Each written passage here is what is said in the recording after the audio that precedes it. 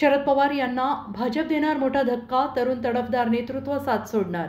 शरद पवार गटाचे माढ्याचे नेते अभिजित पाटील देवेंद्र फडणवीस यांच्या भेटीला दाखल झाल्याचं आज पाहायला मिळते। त्यानंतर अभिजित पाटील हे भाजपमध्ये प्रवेश करणार असल्याच्या चर्चा राजकीय वर्तुळात सुरू झालेल्या आहेत। दरम्यान अभिजित पाटील हे विठ्ठल सहकारी साखर कारखान्याचे चेअरमन असून विठ्ठल सहकारी साखर कारखान्यावर चिठ्ठी देत त्यांनी शरदचंद्र पवार राष्ट्रवादी काँग्रेस गटाची तुतारी हाती घेतली।